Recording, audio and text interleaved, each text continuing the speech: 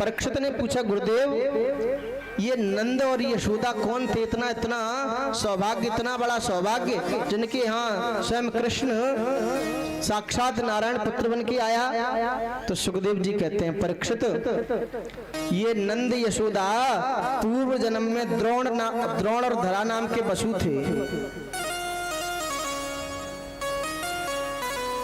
जिन्होंने घोर तप करके भगवान का दिव्य वात्सल्य सुख प्राप्त किया। ये जो यशोदा मैया पूर्व जन्म में धरा थी,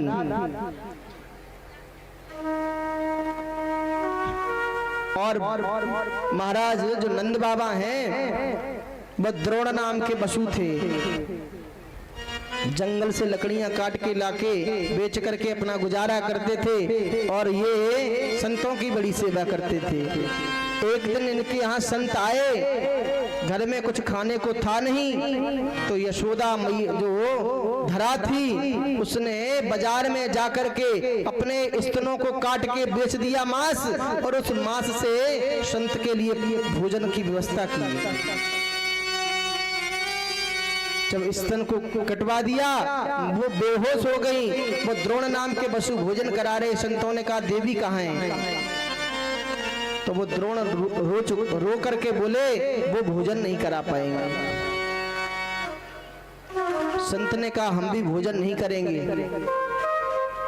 तब द्रोण ने कहा महाराज घर में कुछ भोजन की व्यवस्था नहीं थी, उसने अपने पयोधरों को बेच करके आपके लिए भोजन की व्यवस्था की है, इसलिए वो मूर्छित अवस्था में पड़ी है, वो खड़े होने के योग्य नहीं है।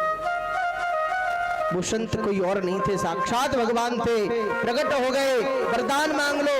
तो यशोदा जो धरा के रूप में थी उसने कहा गोविंद मुझे कुछ नहीं चाहिए, हमने अपने पयोधरों को बेच करके तुम्हारे लिए भोजन की व्यवस्था की है, हमारे पयोधरों का सार्थक कर देना, आप हमारे यहाँ बालक बन के हमारे स्तन का पान कर लेना।